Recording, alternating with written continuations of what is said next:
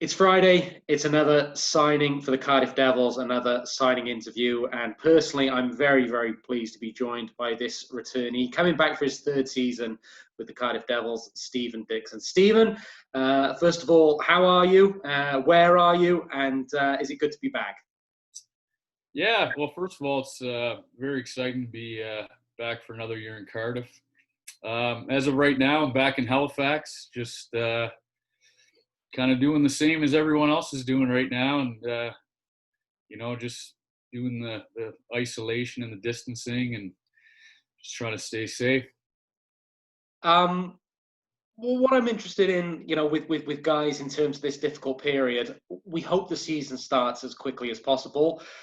We don't have a confirmed time, any of the major leagues. For you yourself, is there any sort of temptation not to be doing the normal kind of training regime, off-ice regime at the moment? Obviously, it's more difficult. How are you kind of preparing both physically and mentally?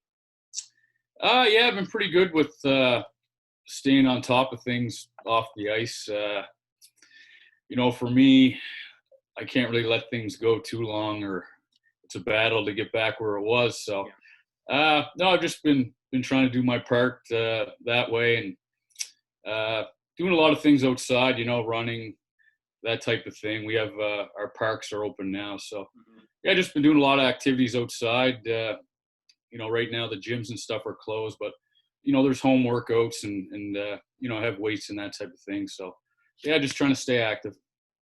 Good to hear. Good to hear. So, first of all, let's deal with the big news this week of the Champions Hockey League draw. That's something you're a bit of a veteran in now, and with the Devils, having spent considerable time in the SHL, you can probably help me with the pronunciation. Is it Farestad? Yeah, Firestad. That's what I call it. I'm sure I don't pronounce it correctly either, but no, it's exciting. It's always nice to get back to Sweden to play. I had some really good memories there, and it's always going to be a tough competition playing the Swedish team. So I think it's exciting, and look forward to getting that going. Sort of stating the obvious, what is the difference there playing against SHL teams? I assume their transition very fast, move the puck. Every defenseman is always also a forward who can jump into the play. Tell us a little bit about the Swedish game. Yeah, it seems we saw that with Frölunda last year. They're pretty quick guys, and everyone's very skilled. So we definitely have to bring our A game going in there and playing at home. So yeah, I think it's just from top to bottom, those teams are all very skilled, very quick players. Something I wanted to ask you on the back of doing a podcast with Joey Haddad last week. Cardiff have got quite a lot of, or had a lot of alumni from the Cape Breton Screaming Eagles. And, we've heard from Chris Callaghan and we've heard from Joey Haddad. Interested to get your take on that organization, because it just seems like a good organization, but a lot of fun to be in that organization as well. Yeah, it's, first of all, it's a great city and community to play for, especially in junior when you're a younger guy. And you really get that community atmosphere.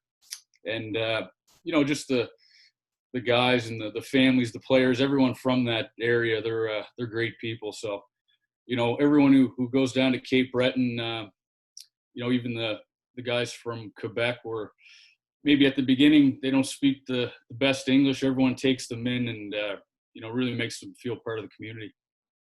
So we've had maybe hints to your re-signing for the Devils the last couple of summers on a couple of podcasts, Spitting Chicklets, and I think Across the Pond this year. You've talked very fondly about your time in Cardiff. What is it specifically? What is it about this organisation, this league, which means it's the right fit for you at this point in your career?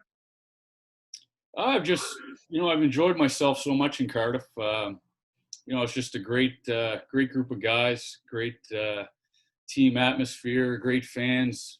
Really enjoy living in the city as well. So it's been, just a great experience for me. So I couldn't even really think of looking anywhere else, to be honest. Take me back to last season. Of course, frustrating that it didn't end with the Devils in pole position. But there were some memorable games, some memorable moments. One particular for me was the Stephen Dixon headshot block in was it Belfast? That's just you putting everything on the line for the team there. Yeah, I think it. There was a little bit of a toe pick involved there too, so I think it looked, it looked a little better than maybe what I was trying to do. But yeah, it was just one of those things where I might have hit the ice the wrong way too. But luckily, it didn't hit me square in the head. I think it hit the side of my shoulder. So yeah, there was a bit of luck involved in not taking one square in the head for sure.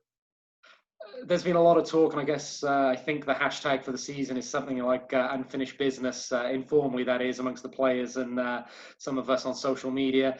I'm asking everyone the same question. Does it feel like that? The Steelers won the Cup final in the last game, and they were a great team all year, but the Devils were in pole position, no hardware to show. Does that make you and the rest of the returning players even more determined?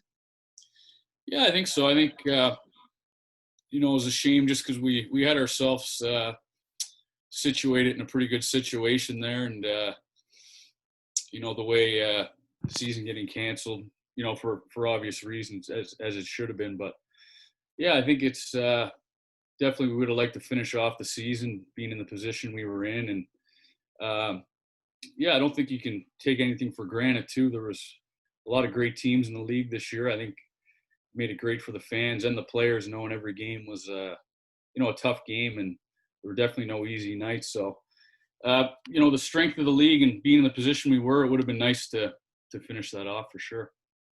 A couple of specifics I want to ask you about your game. You're a very cultured hockey player, what have you, great hands, but obviously the intensive forecheck and the hitting is something that really appeals to the Cardiff fan base. Is it just something that you do the whole game? Is it you using your hockey IQ to decide when you want to make a hit to get the crowd going and get the team going? And when you do make one of those hits, and I'm thinking particularly on the one on Bobby Farman in the Challenge Cup semi-final, can you feel the intensity lift in the arena and on the bench? Oh, sorry. What happened there? You hear me all right? I'm here. I'm still here. Okay. Yeah, I just try not to think too much really, and just if the hit's there, take it. Kind of doesn't really matter, which game it is or who we're playing. But I just think for me personally, it gets me more involved if I am doing that stuff a little bit. In terms of if I'm not, I don't feel like I'm playing as well as I can or in the game as much. So I think it's a personal thing too to get myself in the game, and the fans seem to like it too. So I guess that's that's a plus.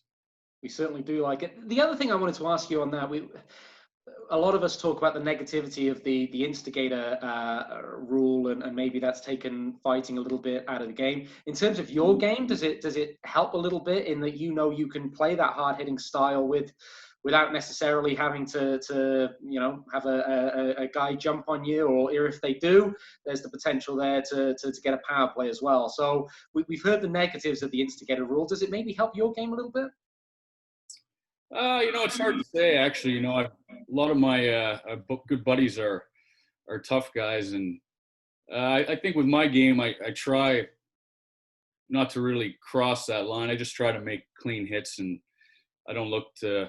Sometimes it happens. I had a, unfortunate incident this year, but most of the time it's, try to keep the hits above board and, not make too many cheap shots. So I don't know. I'm kind of indifferent with the whole thing. I do think that, if there's going to be some, cheap shots and things like that, then, there is a time for guys to definitely step in and take care of that, kind of police the game itself that way for sure. The other thing I wanted to get your take on as a guy with still a lot of hockey left, but maybe more of a veteran now. I see Devils fans having a lot of good conversation about maybe the last few years the Devils have had older teams and whether there needs to be a balance with youngsters coming through and more of a speed game. At the same time, the Devils only started winning league trophies when perhaps they brought in some veterans who knew how to get over the get over that mountain. So what's your take on the balance of a team? How does it best work in terms of veteran experience against maybe young, hungry youngsters coming through? Well, yeah, I think you definitely need a balance of both. I mean, even in terms of the team chemistry in the locker room, I mean, you need those young guys bringing the youthful energy, every day for practice and things like that. As you get older, it's kind of hard to be kind of rah every day for practice and things like that. So no, I think you need a good mix, and eventually there comes a time where you have to kind of bring in more youth, and I'm sure that'll happen soon, or one of those days. But it's I think as an older guy, you still feel like you can play and try not to think about your age or things like that. So, but definitely you need a good mix. So let me do the standard silly questions at the end, which I've started tagging on to these interviews. The first one I want to ask you is, this goes back to the Spitting Chicklets podcast last summer, I think it was. Just to clarify, Stephen, you can legally drive, yeah? Because I did. Was it the story that the guy from Scranton, who was the driving instructor, was just a big fan of yours, and he maybe let you pass with a couple more majors than normal? I can legally drive. I'm not too bad now. It took me a while to get going, but yeah, I can legally drive now, and I've been doing okay lately with it. Okay, fair enough. Okay, a couple of other silly ones. Let's do this one. I asked Joey Martin this. You've got quite unique looks there with the good hair and the beard and everything like that. If there was going to be a movie of Stephen Dixon's life, who would you choose to play you in a movie? Geez, I don't know. With my look now, this isolation beard, I don't know, maybe someone from the show there, Vikings, they all seem to have the big beards going, but I'm bad with actors' names, though. I can't remember any of their actual names. That's fine. But the guys still give you grief about the hair care? I know you're particularly particular about it. Do they still give you some abuse in the locker room? They just give me a little abuse. They say it's going back a bit, the hairline there, but I'm going to try to hold on to it as long as I can. There we go. Me too. And finally, go on. Last silly one. I don't know what you've done, but you're on death row, and it's your last night, and you get to pick a final meal. Any specialities? Any home cooking? What would be Stephen Dixon's final meal? Geez, that's a tough one. Probably go with maybe a surf and turf, maybe steak and king crab legs, I think. Okay. I've had guys say that'd be a good send off, I think. I think so. See, I'm always expecting the answer must be how my mind works, or you can eat buffet and just keep eating so you don't have to go to the Yeah, that's true. Never thought of that. It's a good idea too. There we go. That's what I'm doing in isolation. Stephen, we'll leave it there because I know you're a busy man, but it's great to have you back in Cardiff. You are a huge fan favorite. Thanks for taking the time out of your day to join us on this interview, and we hope to see you sooner rather than later. Yeah, thanks a lot. Stay safe.